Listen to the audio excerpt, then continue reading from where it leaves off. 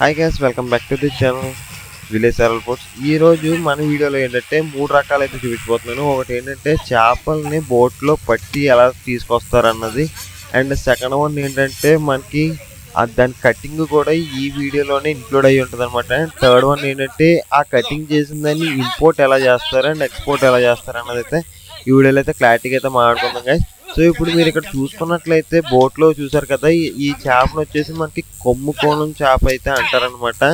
దీని యొక్క ముక్క అన్నది ఏంటంటే ఇక్కడ కట్ చేసి తీసుకొచ్చారు, కానీ ఇది ఏంటంటే 1 మీటర్ నుంచి 2 మీటర్ల వరకు కూడా ఉంటుంది.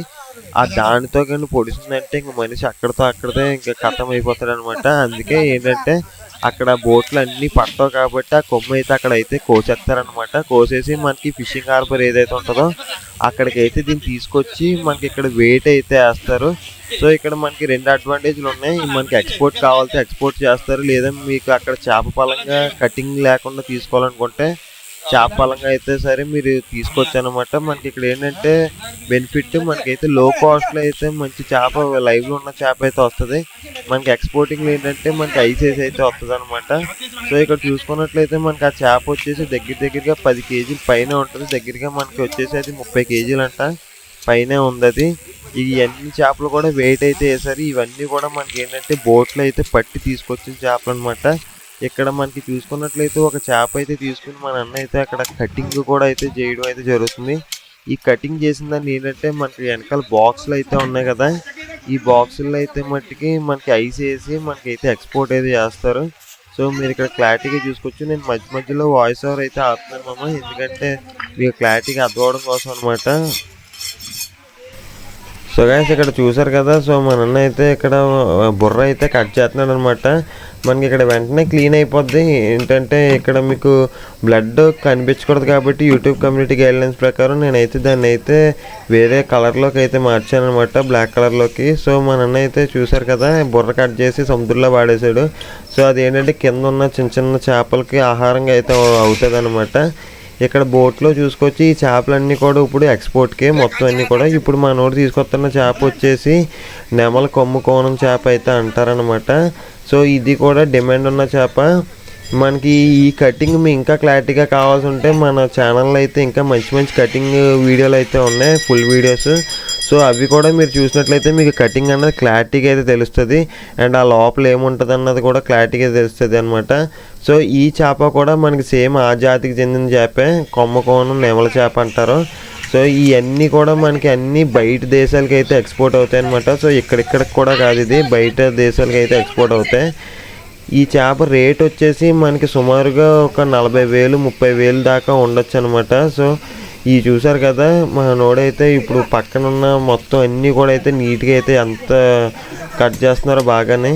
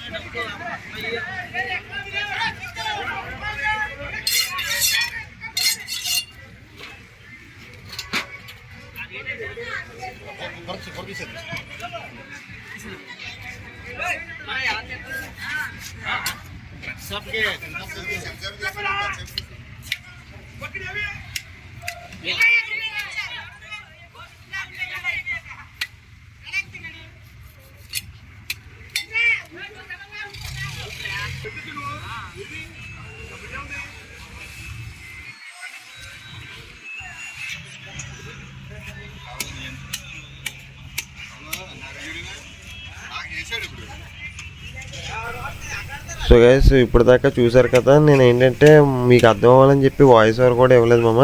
అండ్ ఈ చేపను వచ్చేసి మనకి ఇప్పుడు వచ్చేసి చిన్న చిన్న ముక్కల కింద అయితే కట్ చేస్తారు. సో మన దృష్టిలో ఇవి పెద్ద ముక్కలు, బట్ ఏంటంటే బయటకు వెళ్ళేటప్పటికి ఇవి అయితే చిన్న ముక్కలే అంటారనమాట.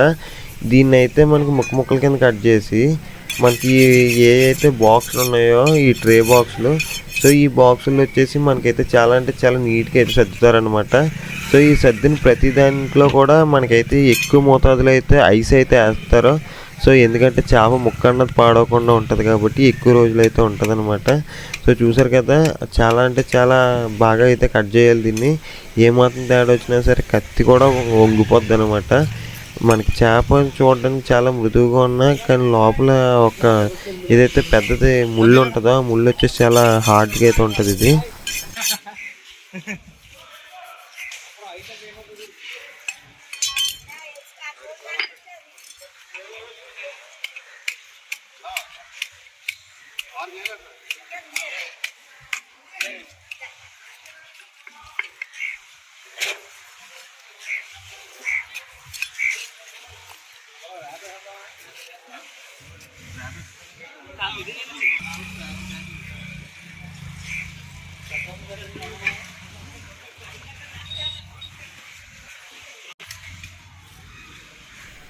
సో నేను చెప్పాను కదా, సో ప్రతి ముక్క కూడా అయితే ఎంత నీట్గా అయితే సర్దుతున్నారో, సో అలాగైతే మనకి బాక్స్లోకి వచ్చేసి ఒక 2 ముక్కల కన్నా ఎక్కువ అయితే పట్టవు అనమాట.